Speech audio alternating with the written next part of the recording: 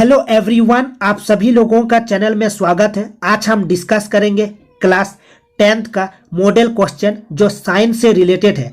Exam का level कैसा रहेगा, एग्जाम में किस टाइप के क्वेश्चन पूछे जाएंगे, इस वीडियो के माध्यम से आपको पता चलेगा कि एग्जाम में किस टाइप के क्वेश्चन आएंगे, आपको कैसा तैयारी करना होगा। ठीक है, तो आप वीडियो को अंत तक देखिएगा और इस तरह जिस टाइप के क्वेश्चन मॉडल में दिया हुआ है, इस टाइप के क्वेश्चन आपको एग्जाम में देखने को मिलेगा और इस टाइप के क्वेश्चन की तैयारी आपको करना होगा। तो चलिए वीडियो को शुरू करते हैं। अगर आप चैनल में नए हैं तो चैनल को सब्सक्राइब कर लीजिएगा, क्योंकि हम जो भी वीडियो डालेंगे वो आप ही तक पहुंचेगा और आप ही को फायदा मिलेगा। तो चलिए वीडियो को शुरू करते हैं। देखिए, टोटल नंबर ऑफ क्वेश्चन आएगा 27। ठीक है, 18 + 9 एंड टोटल मार्क 80 का होगा। इसमें पहले देखिए, ग्रुप ए में होगा फिजिक्स और केमिस्ट्री और ग्रुप बी में होगा बायोलॉजी। ठीक है, तो पहले दिया हुआ है बहु विकल्प प्रश्न जो 5 मार्क का है। ठीक है, 5 क्वेश्चन बहु विकल्प प्रश्न होगा। Select the correct option of question following, वो 5 मार्क का होगा। तो हम पहले उसको डिस्कस कर लेते हैं। ठीक है, देखिए फर्स्ट क्वेश्चन जो लिखा हुआ है, प्रकाश की किरणें गमन करती है, लाइट ट्रैवल इन सीधी रेखा में, स्ट्रेट लाइन, टेढ़ी रेखा में, जिगजैग वे, किसी भी दिशा में, इन एनी डायरेक्शन या उपरयुक्त सभी, ऑल ऑफ दिस तो नहीं होगा। देखिए सीधी रेखा में, स्ट्रेट लाइन, इसका जो सही आंसर हो जाएगा सीधी रेखा में। अब नेक्स्ट क्वेश्चन को ध्यान से देखिए। नेक्स्ट क्वेश्चन दिया हुआ है निर्वात में, जो वैक्यूम में प्रकाश की चाल होती है, speed of light in vacuum. देखिए इसका जो सही आंसर हो जाएगा 3 × 10⁸ मीटर पर सेकेंड क हो जाएगा। ठीक है, 3 × 10⁸ मीटर पर सेकेंड। ठीक है, मीटर पर सेकेंड होगा। ठीक है, तो क हो जाएगा। अब नेक्स्ट क्वेश्चन को ध्यान से देखिए। नेक्स्ट क्वेश्चन, स्पष्ट देखने की न्यूनतम दूरी near point of an object to see clearly is, क्या होगा? 25 मीटर नहीं होगा, 25 सेंटीमीटर होता है, 25 सेंटीमीटर। ठीक है, स्पष्ट देखने की न्यूनतम दूरी 25 सेंटीमीटर। अब क्वेश्चन 4 को ध्यान से देखिए। धारा मापने के यंत्र को कहते हैं device use to measure current, current को जो मापा जाता है उस यंत्र को क्या कहा जाता है? एमीटर कहा जाता है। एमीटर, याद रखिएगा एमीटर। इसका जो सही आंसर हो जाएगा एमीटर। देखिए अगर ऐसा यूनिट पूछ ले तो एम्पियर होगा। ठीक है, थर्मामीटर से क्या होता है? बॉडी का जो टेम्परेचर होता है वो मापा जाता है। ठीक है, अब नेक्स्ट क्वेश्चन को देखिए। V/I का अनुपात कहलाता है, the ratio is V/I known as, आपको पता होनी चाहिए जो I = होता है V/R और R जो होता है वो रेजिस्टेंस होता है। तो इसका जो सही आंसर हो जाएगा प्रतिरोध, रेजिस्टेंस। ठीक है, क्योंकि I = क्या होता है? V/R, तो इसका जो सही आंसर हो जाएगा रेजिस्टेंस। ठीक है, रेजिस्टेंस का ऐसा यूनिट अगर पूछ ले तो ओम होता है। ठीक है, क्वेश्चन नंबर 2 को ध्यान से देखिए। ये जो रिएक्शन दिया हुआ है, given chemical reaction is which type? Fe2O3 + 2Al, ये जो रिएक्शन दिया हुआ है एक किस टाइप का है?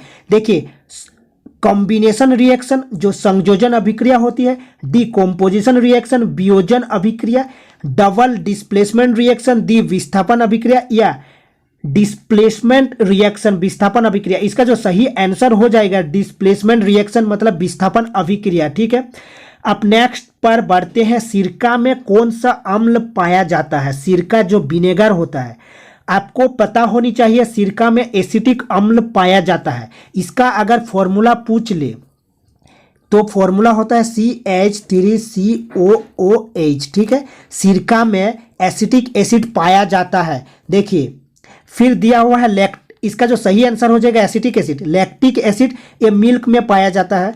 साइट्रिक एसिड खट्टे फलों में, जैसे नींबू हो गया, ऑरेंज हो गया। टार्टरिक एसिड इमली में, अंगूर में। ठीक है, नेक्स्ट पर बढ़ते हैं। क्वेश्चन नंबर 3 को ध्यान से देखिए। साधारण नमक का सूत्र है, फॉर्मूला ऑफ कॉमन सॉल्ट क्या होता है? NaCl, सोडियम क्लोराइड होता है, सोडियम क्लोराइड, याद रखिएगा सोडियम क्लोराइड।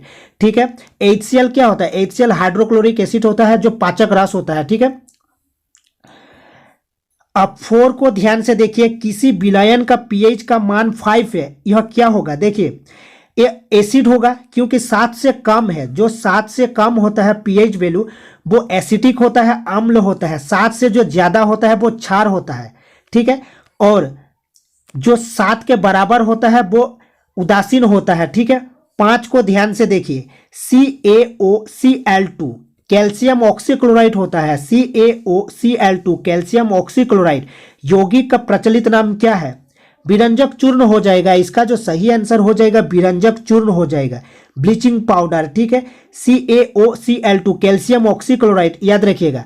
और अगर पूछ ले वॉशिंग सोडा, जो धोने का सोडा होता है, अगर पूछ ले तो वो होगा सोडियम कार्बोनेट डेकाहाइड्रेट, याद रखिएगा, sodium carbonate decahydrate, Na2CO3 10H2O, याद रखिएगा, ठीक है। और अगर बेकिंग सोडा पूछ ले तो सोडियम बाइकार्बोनेट, सोडियम बाइकार्बोनेट याद रखिएगा, NaHCO3। अगर बेकिंग सोडा पूछ ले तो इसका जो सही आंसर हो जाएगा ब्लीचिंग पाउडर, ठीक है। अब क्वेश्चन नंबर 3 को देखिए, खाली स्थानों को भरे, फिल इन द ब्लैंक्स। एक अवतल दर्पण की वक्रता त्रिज्या r है तो उसकी फोकस दूरी f इक्वल टू क्या होगा? If the radius of curvature of a concave mirror is r then its focal distance will be f। f equal to क्या होता है? f इक्वल टू होता है r/2, याद रखिएगा। f इक्वल टू होता है r/2, याद रखिएगा, इसका सही आंसर हो जाएगा। अब नेक्स्ट को देखिए, नेक्स्ट 4 को, आवेश का SI मात्रक, SI unit of charge, charge वो क्या होता है? कॉलम होता है, ठीक है, याद रखिएगा, कॉलम। C इसका जो COULOMB होता है, ठीक है, इसको याद रखिएगा, कॉलम, COULOMB, ठीक है, कॉलम हो जाएगा इसका सही आंसर, ठीक है। अब 6 को देखिए, 5 को देखिए, एल्केन का सामान्य सूत्र है, the general formula of alkene is, ये एक एक मार्क का आएगा, ठीक है, एक एक मार्क का है, ठीक है, फिल इन द ब्लैंक्स। तो इसका एल्केन का जो सामान्य सूत्र होता है वो होता है CN, ठीक है, H2N+1, याद रखिएगा, CnH2N+1, इसको याद रखिएगा, ठीक है। अब 6 को ध्यान से देखिए, अम्ल और क्षार के बीच अभिक्रिया को डैश अभिक्रिया कहते हैं। जो रिएक्शन होता है बिटवीन एसिड एंड बेस के बीच में, वो कौन सा रिएक्शन होता है? उसको कहा जाता है उदासीनीकरण, ठीक है, उदासीनीकरण, याद रखिएगा, उदासीनीकरण, ठीक है। अब देखिए 7 को, प्रकाश के परावर्तन के नियम को लिखिए, right law of reflection, reflection जो उसका नियम है उसको आपको पढ़ना होगा, ठीक है। आप इसको पढ़ लीजिएगा, इस टाइप के क्वेश्चन पूछे जाएंगे, ठीक है। प्रकाश के जो परावर्तन के नियम को पढ़ लीजिएगा, लाइट जो चैप्टर है उसको आप ढंग से पढ़ लीजिएगा, ठीक है। अब देखिए, write any 2 uses of concave mirror, जो कनकेव मिरर होता है, जो अवतल दर्पण होता है, उसका 2 उपयोग लिखिए, तो आप इसको भी पढ़ लीजिएगा, ठीक है। मिरर वाला जो चैप्टर है, ठीक है, जो उसका पार्ट है, टॉपिक है, ठीक है। जैसे डॉक्टर लोग यूज करते हैं ना कनकेव मिरर, हेडलाइट, जो गाड़ी के हेडलाइट है उसमें यूज होता है, ठीक है। आई के डॉक्टर मतलब आंख के डॉक्टर हो गया, और हो गया आपका दांत के डॉक्टर यूज करते हैं, ठीक है। अब सेविंग ग्लास में यूज होता है, याद रखिएगा। क्वेश्चन नंबर 9 को देखिए, 3 चालक जिनके प्रतिरोध 2 ओम 4 ओम तथा 6 ओम है को श्रेणी क्रम में जोड़ा गया है, इनका समतुल्य प्रतिरोध क्या होगा? देखिए एग्जाम में इस टाइप के क्वेश्चन मिलेंगे, ठीक है, आपको तैयारी भी इस तरह से करना होगा। देखिए 10 को देखिए, सोडियम को केरोसिन तेल में डुबोकर क्यों रखा जाता है? क्यों सोडियम को केरोसिन तेल में क्यों डुबोकर रखा जाता है? आपको पता होनी चाहिए, जो सोडियम है अभिक्रियाशील धातु है, ठीक है, अभिक्रियाशील धातु है, यह हवा में क्या होता है? जलने लगती है, ठीक है, और सोडियम ऑक्साइड का निर्माण भी करती है, इसीलिए, ठीक है। अब देखिए 11 को देखिए, निम्नलिखित समीकरण को संतुलित कीजिए। आपको क्या करना होगा? जो केमिकल इक्वेशन है आपको बैलेंस करना होगा, ठीक है। N2 + H2 दिया हुआ है NH3, Fe + H2O दिया हुआ है Fe3O4 + H2, आपको इसको बैलेंस करना होगा। तो इस टाइप के क्वेश्चन मिलेंगे, आपको तैयारी भी इस तरह से करना होगा, ठीक है। तो 12 को देखिए, क्वेश्चन नंबर 12, एक धातु का नाम अथवा संकेत लिखिए जो द्रव अवस्था में पाई जाती है। कौन सा होगा जो द्रव अवस्था में पाई जाती है? वो पारा होता है ना, Hg पारा होता है, ठीक है। एक धातु का नाम अथवा संकेत लिखिए जो द्रव अवस्था में पाई जाती है, पारा होता है ना। अब देखिए, अब फिर 2 में लिखा हुआ है, एक ऐसी अधातु का नाम अथवा संकेत लिखिए जो विद्युत के सुचालक होती है। कौन सा होता है? ग्रेफाइट होता है। एक ऐसी अधातु का नाम अथवा संकेत लिखे जो विद्युत के सुचालक होती है, ग्रेफाइट। ठीक है। क्वेश्चन नंबर 13 को देखिए, निकट दृष्टि दोष क्या है जो मायोपिया होता है, इंग्लिश में क्या कहा जाता है, मायोपिया या शॉर्ट साइटेडनेस। ठीक है, वो क्या होता है, इसके क्या कारण है, इसका संशोधन किस प्रकार का संभव है। एग्जाम में ऐसा भी क्वेश्चन मिलेगा जो हाइपरमेट्रोपिया होता है, जो दूर दृष्टि दोष होता है, जिसको लॉन्ग साइटेडनेस भी कहा जाता है। ठीक है, ये भी क्वेश्चन मिलेगा, इसलिए आपको जो आंख का जो टॉपिक है इसको आपको पढ़ना होगा। ठीक है। निकट दृष्टि दोष क्या होता है, निकट के वस्तु को बहुत आसानी से देख पाता है, दूर की नहीं देख पाता है, यही तो है बहुत दृष्टि दोष, जिसके कारण कोई व्यक्ति निकट की वस्तुओं को स्पष्ट रूप से देख सकता है। ठीक है, परंतु दूर स्थित वस्तुओं को स्पष्ट रूप से नहीं देख पाता है। तो आपको ये जो आंख से जो टॉपिक है इसको आपको पढ़ना होगा। ठीक है। अब देखिए नेक्स्ट दिया हुआ है, ऑक्सीजन के योग या ह्रास के आधार पर उपचयन एवं अपचयन की व्याख्या कीजिए। ठीक है, ऑक्सीजन के योग या ह्रास के आधार पर उपचयन एवं अपचयन की व्याख्या कीजिए। आपको इस टॉपिक को पढ़ना होगा। ठीक है। अब 15 को ध्यान से देखिए, write the chemical formula of following. आपको केमिकल जो फॉर्मूला सभी को पढ़ना होगा, केमिकल फॉर्मूला से रिलेटेड क्वेश्चन पूछे जाएंगे एग्जाम में, इसलिए आपको आना चाहिए इस टाइप के क्वेश्चन। ठीक है, जैसे सोडियम हाइड्रोक्साइड दिया हुआ है, कैल्शियम ऑक्साइड दिया हुआ है, हाइड्रोजन क्लोराइड। ठीक है। अब 16 को ध्यान से देखिए, दर्पण सूत्र व आवर्धन का सूत्र लिखिए। कोई 4.0 सेंटीमीटर साइज का बिंब किसी 15.0 सेंटीमीटर फोकस दूरी के अवतल दर्पण से 25 सेंटीमीटर की दूरी पर रखा गया है। ठीक है, प्रतिबिंब की स्थिति, प्रकृति तथा साइज ज्ञात कीजिए। तो आपको इस टाइप के क्वेश्चन एग्जाम में मिलेंगे। ठीक है, तो आपको तैयारी भी इस तरह से करना होगा। तो 17 को ध्यान से देखिए, state Ohm's law and give its experimental verification. ठीक है, ओम का नियम लिखे और इसका प्रायोगिक सत्यापन कीजिए। ठीक है, आपको पढ़ना होगा इसको। ठीक है, और पार्श्वक्रम संयोजन किसे कहते हैं, 3 प्रतिरोध R1, R2 एवं R3 पार्श्वक्रम में संयोजित है, दर्शाए कि उनका समतुल्य प्रतिरोध। ठीक है, तो इस टाइप के क्वेश्चन आपको आना चाहिए। ठीक है, 1/R equal to 1/R1 plus 1/R2 plus 1/R3 है। ठीक है, तो 18 को देखिए, धातु और अधातु में कोई 5 अंतर लिखे। तो आपको धातु और अधातु, मेटल और नॉन मेटल का टॉपिक को पढ़ना होगा। ठीक है, क्योंकि धातु और अधातु से क्वेश्चन पूछे जाएंगे। ठीक है, पांच आपको अंतर लिखना होगा। जैसे धातुएं आघात बार्ध एवं तन्य होती है। ठीक है, अधातुएं आघात बार्ध एवं तन्य नहीं होती, ये भंगुर होती है। ठीक है, धातुएं ऊष्मा एवं विद्युत की सुचालक होती है और धातुएं ऊष्मा एवं विद्युत की कुचालक होती है। ठीक है, तो धातु और अधातु टॉपिक को आपको पढ़ना होगा। ठीक है, अब और देकर लिखा हुआ है, निम्नलिखित यौगिकों के संरचना सूत्र लिखिए। ठीक है, write the structural formula of following compounds. ठीक है, निम्नलिखित यौगिकों के संरचना सूत्र लिखिए।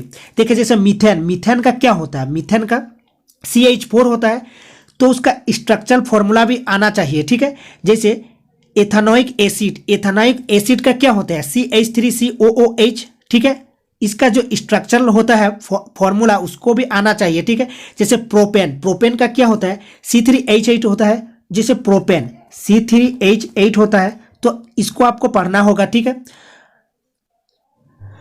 क्वेश्चन नंबर 19 को ध्यान से देखिए, मनुष्य में वृक्क एवं तंत्र का भाग है जो संबंधित है।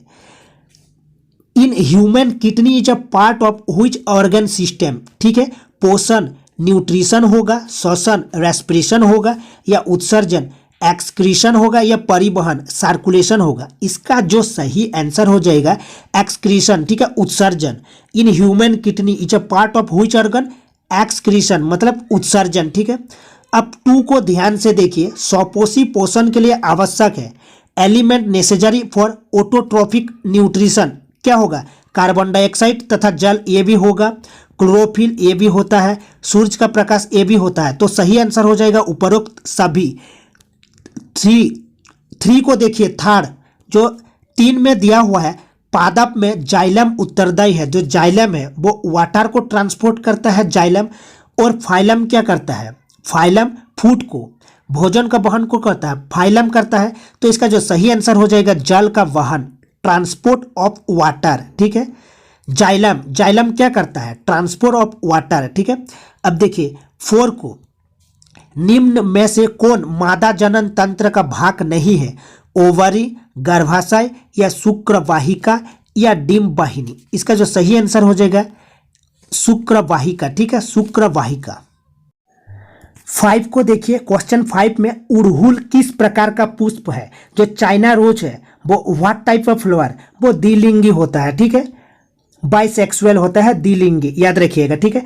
अब देखिए फिल इन द ब्लैंक्स, खाली स्थान को भरे, फिल इन द ब्लैंक्स। देखिए डैश और डैश जीवाश्म ईंधन के उदाहरण है, कौन होता है, डैश और डैश, दो आपको लिखना है, कोयला और पेट्रोलियम लिख देना है, कोयला और पेट्रोलियम, ठीक है। अब 21 को ध्यान से देखिए, रक्त के कोई 2 कार्य लिखे, right any 2 function of blood. आपको ब्लड जो टॉपिक है, ब्लड चैप्टर को आपको ध्यान से पढ़िएगा, क्योंकि एग्जाम में आने की पूरी चांस है, आएगा, ठीक है।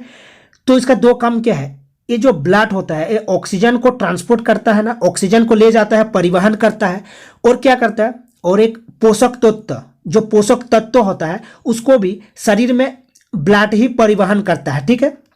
तो आपको ब्लड को पढ़ना होगा, ठीक है। 22 को ध्यान से देखिए, 22 में 2 ऐसे जंतुओं का नाम लिखिए जिसमें बाह्य निषेचन होता है, मतलब जो एक्सटर्नल फर्टिलाइजेशन होता है, एक्सटर्नल फर्टिलाइजेशन होता है, कौन सा है। आपको 2 नाम लिखना है, मेंढक और मछली, मेंढक और मछली लिख देना, ठीक है। 2 ऐसे जंतुओं का नाम लिखे जिसमें बाह्य निषेचन होता है, मतलब एक्सटर्नल जो फर्टिलाइजेशन होता है, ठीक है। अब देखिए 23 को, धूम्रपान स्वास्थ्य के लिए हानिकारक है, कैसे, कैसे हानिकारक है, क्योंकि ये लंग्स का कैंसर, ये जो लंग्स है उसका कैंसर होता है धूम्रपान से, ठीक है, लंग्स का कैंसर होता है, याद रखिएगा।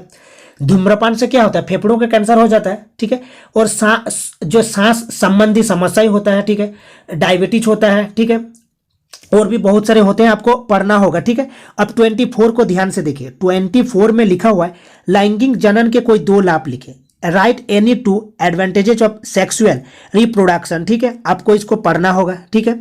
25 को ध्यान से देखिए, 25 में लिखा हुआ है स्वयंपोषी तथा विषमपोषी पोषण में कोई 4 अंतर लिखे, ठीक है, कोई 4 अंतर लिखे, ठीक है। इस टाइप के क्वेश्चन पूछे जाएंगे, आपको तैयारी भी करना होगा, ठीक है। ये जो फिगर दिया हुआ है 26 में क्वेश्चन में, ये जो फिगर दिया हुआ है, ये इसको आपको नाम लिखना होगा, ये जो 1 और 2 लिखा हुआ है, ठीक है। तो देखिए दिए गए चित्र में 1 और 2 को नामांकित करें तथा कोई 2 कार्य लिखिए, उनका फंक्शन भी लिखना होगा, कार्य। देखिए 1 में ये जो ये वाला, इसको कहा जाता है क्या, क्या कहा जाता है, अंडाशय कहा जाता है, और ये जो 2 में जो दिया हुआ है साइन मार्क, इसको कहा जाता है डिंब वाहिनी, ठीक है। अब देखिए 27 को ध्यान से देखिए, मानव उत्सर्जन तंत्र का नामांकित चित्र बनाइए, ठीक है। तो आपको चित्र बनाना आना चाहिए, अगर नहीं आता है तो अभी से इसको तैयारी कर लीजिए, ठीक है। अब अनु अथवा और देकर लिखा हुआ है, आनुवंशिकी का मानव कल्याण से क्या संबंध है, ठीक है। तो इस टाइप के क्वेश्चन पूछे जाएंगे, ठीक है। तो एग्जाम का लेवल इस टाइप का रहेगा, जो क्वेश्चन दिया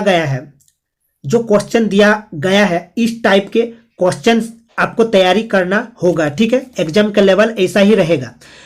तो वीडियो को लाइक करिएगा और चैनल को सब्सक्राइब कर लीजिएगा, क्योंकि हम जो भी वीडियो डालेंगे आप ही तक पहुंचेगा और आप ही को फायदा मिलेगा।